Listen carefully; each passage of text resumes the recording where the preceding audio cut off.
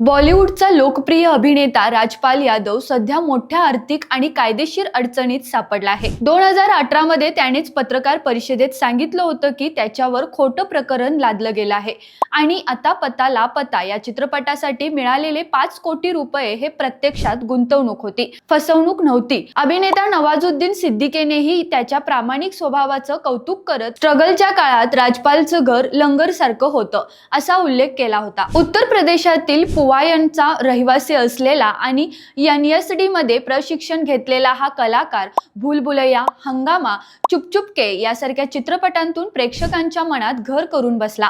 मात्र आता पता लापता चित्रपट फ्लॉप झाल्यानंतर कंपनीचे पैसे परत देता आले नाहीत आणि दिलेले चेक बाउन्स झाल्याने त्याच्यावर खटला दाखल झाला.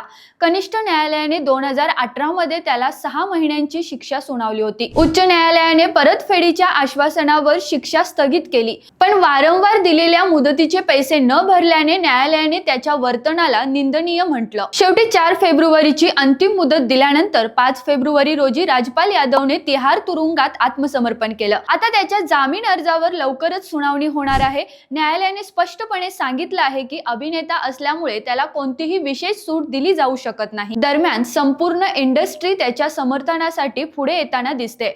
सोनू सूदने राजपालला प्रतिभावना अभिनेता म्हणत मोठा पाठिंबा दिला आहे. त्याने आपल्या पुढील चित्रपटासाठी राजपालला सायनिंग अमाउंट देण्याची घोषणा केली असून ती दान नसून त्याचा हक्क असल्याचा तो म्हणाला.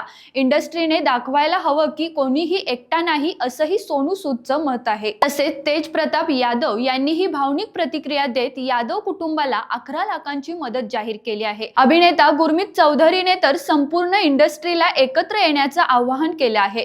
तसेच सलमान खान, अजय देवगण, वरुण धवन यांच्यासह अनेक मोठ्या कलाकारांनीही राजपालच्या मदतीचं आश्वासन दिलं आहे. सध्या राजपाल यादव तिहारमध्ये आहे आणि त्याच्या जामिनीवर काय निर्णय होतो याकडे सर्वांचं लक्ष लागलं आहे. तुम्हाला काय वाटतं याबद्दल कमेंटमध्ये नक्की कळवा आणि रोकटोक महाराष्ट्र न्यूज चॅनलला सबस्क्राईब करा, लाईक करा आणि शेअर करा.